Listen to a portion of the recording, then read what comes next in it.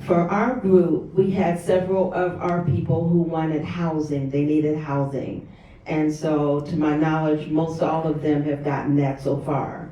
They needed help getting jobs. A lot of them needed transportation, either bus transportation or we actually gave out some gas cards. And that we do offer a food pantry, and that they're able to come to the food pantry to get help. For those people who don't have transportation to get to the pantry, they were offered other resources I found that were close to where they live so that they could get to a pantry. So the opportunity was there. We also discussed with our clients that there's gun violence in these neighborhoods. But so far, we haven't had a problem with that with our immediate persons that we're connecting with. But we do have to be aware that that could come up.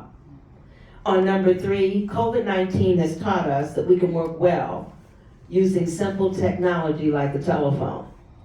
And so our group was half and half on that. We started during COVID, so we didn't have a choice. We had to use the telephone. But for a lot of us, we realized that was convenient, that we don't oppose going into the homes, but that would take a little more time. So even though all of us have met our personnel, just because that's what we do, we haven't found that to be a problem so far. But we did say that if we did go into the homes and if we did see a problem or a concern, that we certainly would need some individual training.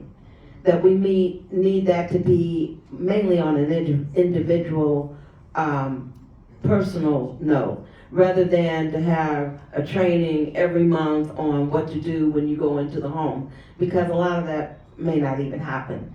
So even though all of us have met with our persons and it's been most positive, we do feel like we could do that, or we can just continue on the phone, because a lot of times they will say things to you on the phone, they're not gonna say that in person.